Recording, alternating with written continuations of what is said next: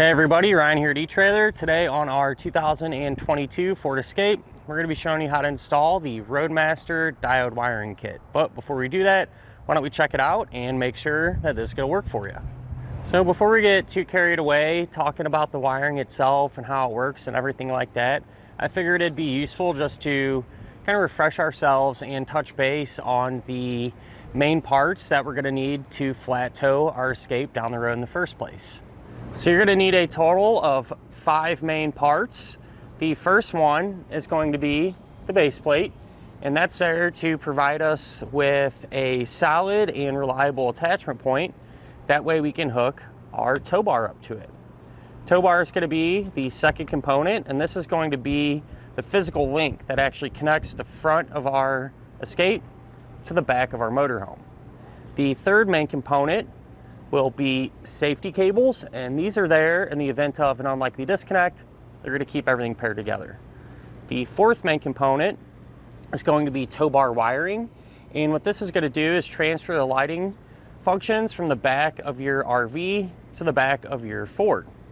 And last but not least, the fifth main component will be a supplemental braking system, and what this is going to do is apply the brakes in your Escape whenever you hit the brakes in your coach, helping to bring you to a more predictable and complete stop. One other small thing that I do always like to recommend, especially on newer vehicles, is what's called a battery charge line kit for towed vehicles. And what that's going to do is essentially maintain your Escape's battery whenever you're flat towing it down the road. And I feel like that's really important. It's a small part, not really much to it, but it's going to keep that battery topped off. And especially, on these vehicles, there's so many electronics, and some issues can arise if your battery goes flat or dead. So just some cheap insurance, to hopefully keep your trip going smooth and everything else. Something else I wanted to mention too, from my understanding with the 22 Ford Escape, it sounds like only the hybrid models are able to be flat towed. So definitely something to check into if you don't have a hybrid. Ours is a hybrid here today, so we're all good. If you don't have if your vehicle's not a hybrid, like I said, check into it. But there's always ways to be able to do it. You can put it on a trailer behind your motorhome or something along those lines. I just figured it was worth mentioning. And so this is a perfect example on how our diode wiring is going to work. So we have our left turn signal going in the motorhome, and that's going to transfer that signal back here to the left turn signal on our Escape. But obviously it's going to work for the right turn signal, our tail lights, and our brake lights as well. So we'll have all of our bases covered in terms of safety and being legal and everything else like that. And honestly, when it comes to the Escape, this is probably, in my opinion, by far the best option available as far as tow bar wiring goes. And I say that because with the LEDs in here, you really can't run what's called a bulb and socket. You can't drill into the housing and install an additional light, so that's kind of out of the question. And really that leaves you with magnetic type wiring. Chances are good, I didn't check, but chances are probably good. All this is either plastic or aluminum back here, so the magnets probably won't even stick. And even if it is metal and they would stick, it's still not my top recommendation by any means, because with that type of setup, you're obviously going to have to put the lights back here, run wires all the way up to the back of your motorhome, set it up every time, and then when you're done, take it all off. And then you got to store it and everything else like that. So it's really not super user friendly. But this setup here, once it's installed, you're not even going to know it's there. All right, it's going to look completely factory. And really the only thing you're going to have to do when you are ready to flat tow is up at the front, you're going to have a plug that you run a wire into that plug and into the plug in the back of your motorhome, and you're pretty much good to go. So I mentioned how easy it would be to hook up, and essentially you're just going to plug your cable in to the front of your vehicle. And then the other end of the cable is going to connect into the back of your motorhome. And that's going to kind of bring me to my next point, which is about the cable and the connector plug. So there's several different kits available, and what one you want to go with is really going to decide on your tow bar primarily. So with this particular kit, this connector plug doesn't come with any of the kits. This particular one, this is a metal one. The one that comes in the kit is plastic. Nothing wrong with those at all. We've used them hundreds of times. But our customer has used the metal ones for a long time. That's what he wanted. So we just swapped them out. So not really a big deal. So if that's something that you would want to do, you can do that by all means. But to kind of get going on the kits and which one's going to work the best and everything, I talked about the tow bar. So some of the kits are going to have a straight cable like this one here, and there's also what's called a hybrid cable. So it's going to be straight on one end and have some coils on the other. And you would want to use these kits if your tow bar has the channels in it, like ours does today. That way you can properly utilize those channels and run your wiring through there. If you happen to have a really long tow bar or a lot of space in between the front of your vehicle and the back of your motorhome, the hybrid one might be a better option. It's a little bit longer than the others, so just something to think about. But generally speaking, you know, just the plain straight one is going to be fine too. And then you have coil type cables. All right, so this one, 7 to 6 on the ends, and you would use this coil type cable if your tow bar did not have channels in it. That way, since it's coiled, it'll sit up nice and tight against the bottom of your tow bar when you're going straight, but then you'll have that extra length you need when you're going around corners and such. Those three kits I just mentioned are really popular. One of the less popular ones is this coiled one. It's a 7-way on one end and a 4-way round on the other. I would suggest just getting the 6-way kits, because if you ever wanted to add other stuff to your connector plug on your vehicle, you can. With the 4-way, you're kind of just limited to your lighting signals and such, but it is available. And then you have this one. This one's probably the least popular. It's just a 4-way flat connector to a 4-way flat connector, and this is what's going to pair the two together. So, you know, that's there as well. And then you have kits that come essentially with just the bare bones, is what I like to call it. A kit that does not come with the connector plug or the cable. And those are available primarily for those of you that have a more premier type tow bar. So for example, the Roadmaster Nighthawk tow bar, let's say, that actually comes with the cable and the connector plug already with it. And so if you have a setup like that, you know, the tow bar you get already has those components. You're just going to need the kit that comes with essentially the wiring and the diodes and a couple of things to hook it up. And that's because if you already have it, obviously you don't need to have another set, right? So regardless of what you got going on, what setup you have, there's definitely a good option for you. But other than that though, at the end of the day, a nice kit. It's gonna work and get the job done. We've done a lot of these and had a lot of good luck with them. So pretty reliable, at least in my opinion. As far as the installation goes, it's really not too bad. More time consuming than anything else. But as long as you stay focused, really shouldn't run into too many issues. Speaking of that though, if you'd like to see how that's done, feel free to follow along. We'll go ahead and install the kit together now.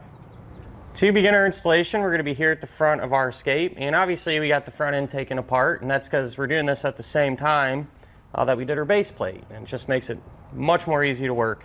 That said, it is doable if everything's together. It's obviously just going to be a little more challenging. Don't have the space, but first things first. So here's the mounting bracket for our connector plug that came already attached to our base plate, and we're going to take one end of our wire here and get this ready to be able to hook up. So I'm just going to carefully kind of cut in between the cables here and just pull them apart maybe a few inches like this. And then I'm going to strip back the ends of the insulation. So maybe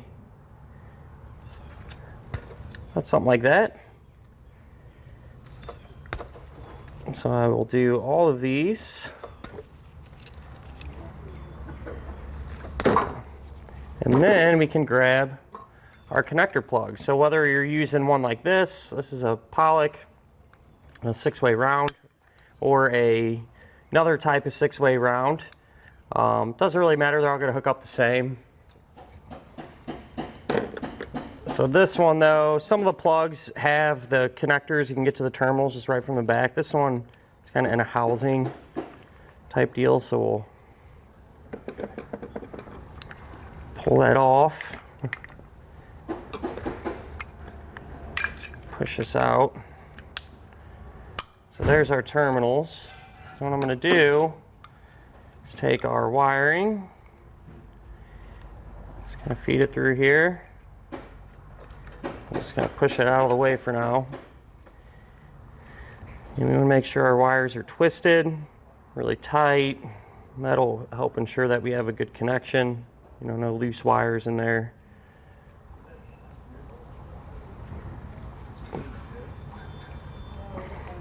Then if you look at our connector plug, these are going to be labeled. So let's kind of spin it around here, get these right side up. So we'll work our way around. This one is going to be labeled R for right turn, so our green wire will go into it. L for left turn, so yellow wire there. G for ground, so the white wire will go to it. And then this one will be labeled T for taillights, so the brown wire will go there. So you just loosen up the set screw, and take the appropriate wire. We'll plug that in, and then tighten that screw back down.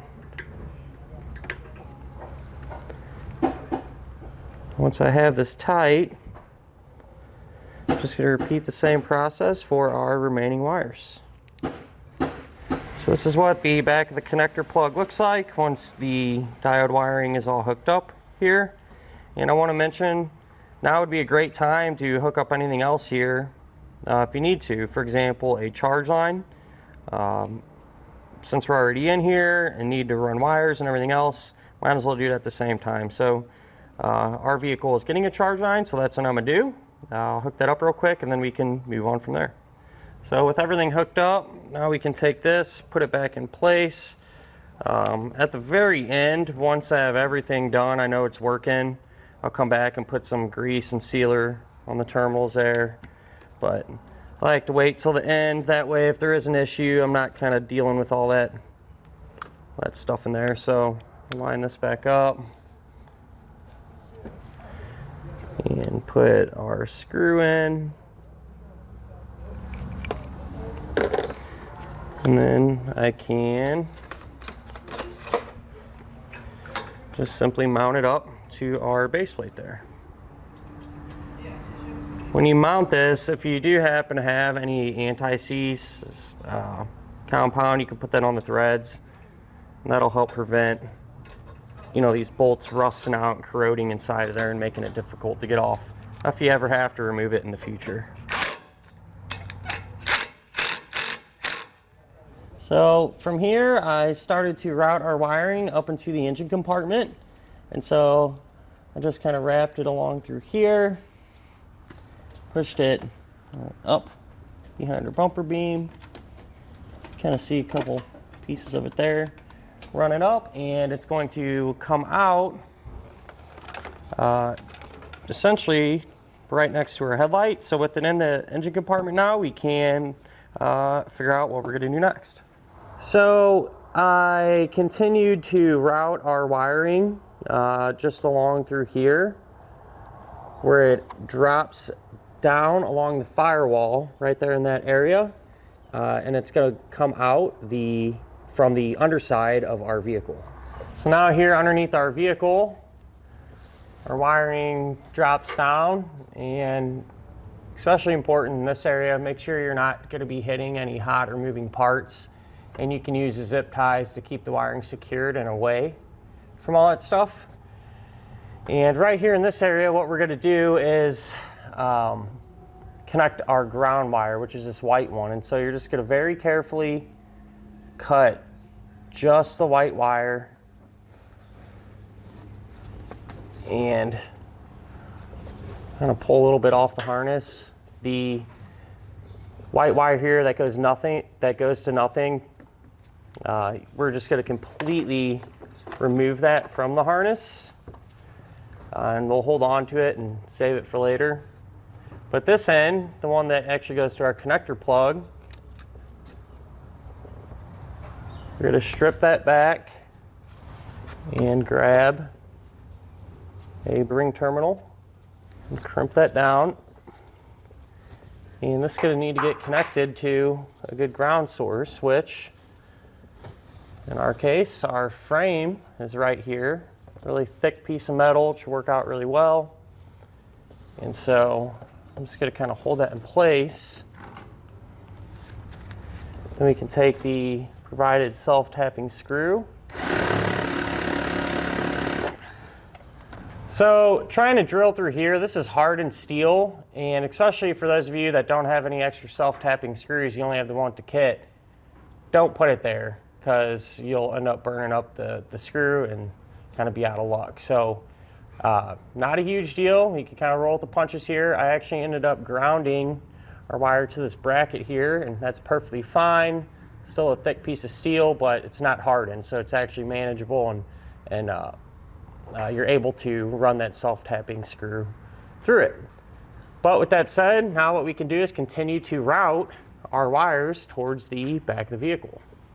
I did kind of pull this panel down slightly. There was a handful of 10mm nuts holding it in place.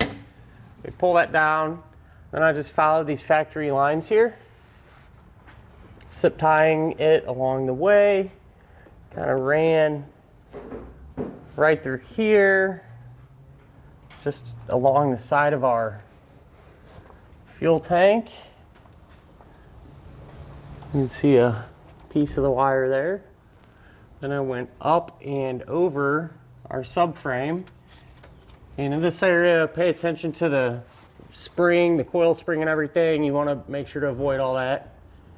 And it comes up right through here where it comes over. I got it zip tied there, and at this point I separated our green wire from the yellow and brown.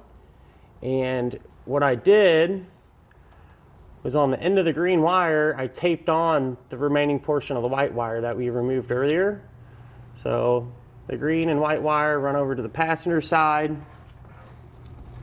and the rest of the white wire obviously just came, and I got it bundled up here with our yellow and brown. So we're just going to let this hang for now. Eventually this is going to run up into the taillight pocket. But with that said, our green and white wire continues over. I did loosen up the heat shield. There was 4 7mm head screws you can pull out. And I simply just ran it all the way across where we have it hanging right here. But now that we have our wires ran, we need to get them up, and that way we can hook them up to the taillights. So now up top here, if you open up your hatch, we can remove our taillights. And to do that, you're going to have a plastic cover here, so you can just take a small screwdriver and pry that out. And then below it, you're going to have a Torx bit fastener you take out. Also looks like you can use maybe a flathead screwdriver, but this is a T25 size Torx bit. I'll pull that out. We should be able to kind of grab our taillight. Carefully start to work it off. And with these, you can't really disconnect them per se and send them out of the way, but that's okay. Now that this is loose, we'll just kind of let this loosely hang, and we're going to need to test our wiring to identify what signals do what. So since our light doesn't come completely disconnected, I went ahead and just put a bunch of painter's tape in the area. That way we can, you know, set it down kind of and not have to worry about it getting scratched up or anything. And we are going to have to tap into our factory wires, and we're looking for the stoplight signal as well as the taillight signal.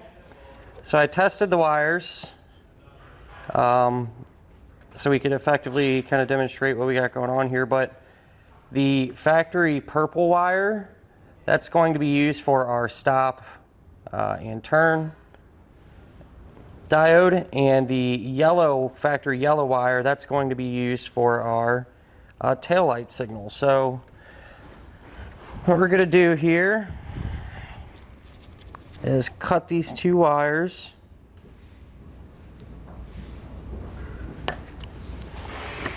And then we need to strip back the ends of the insulation. So you're just going to take your wire strippers and strip off about that much. Give that wire a good twist. And I'm going to do that same thing for our 3 remaining ends.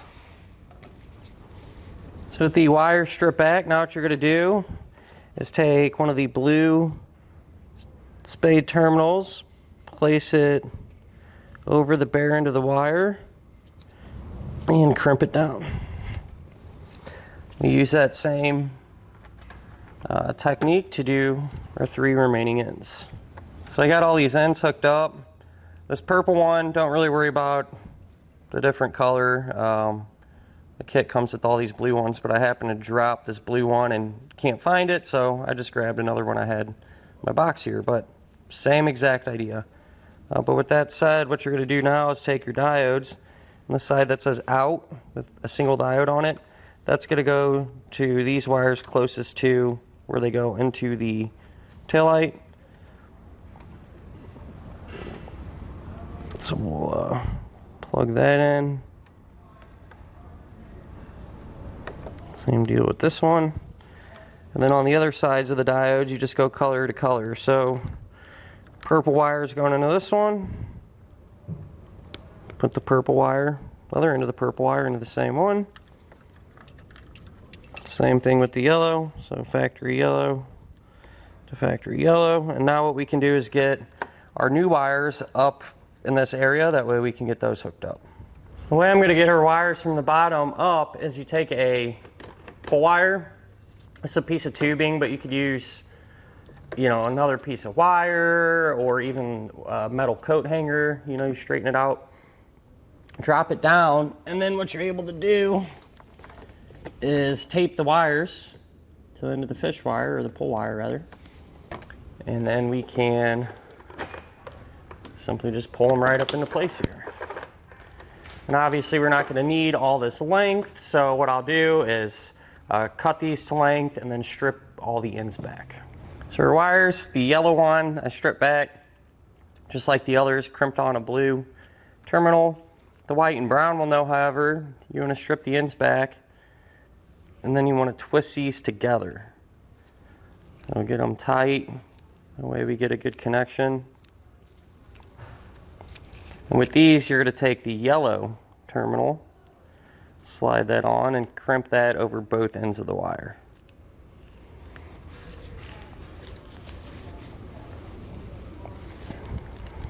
As far as where these ends go on our diodes, since the factory purple is going to be our stop and turn, we're going to take our new yellow wire and place that over that diode. There we go. And then since the factory yellow wire is our taillight signal, we're going to take our white and brown wires and place it over that. So now we can get everything reinstalled. Not a lot of room in here at all. So I usually like to try to secure these diodes, but there's really nowhere to do it. And I feel like it's so tight, once it clicks in, they're not going to go anywhere. So just going to kind of hold them and try to maneuver this in place. And if it's not letting us, we'll just continue to kind of move these around until we get it back in. Over here on the passenger side, I got these hooked up essentially the same exact way as the other side. Even the color of the factory wires and the functions of them are going to be identical. Really the only difference is what color new wire we got hooked up. So since Factory yellow is our taillight signal. I put our new white wire to that diode, and since the factory purples are stop and turn, I put the new green wire to it. So that hooked up, we'll go ahead and get this reinstalled as well. So now it's a good idea to test their wiring to make sure that it's working properly. I'm just plugged into a test box which simulates our motorhome. You know, if you don't have one of these, you can plug into your motorhome. Just keep in mind if your motorhome has issues with its 7-way wiring or trailer wiring rather, that's going to translate back to this. So there's something to think about. But with that said, we'll turn on our taillights, our left turn signal, our right turn signal, and our brake lights. And that'll finish up our look at and our installation of the Roadmaster diode wiring kit on our 2022 Ford Escape.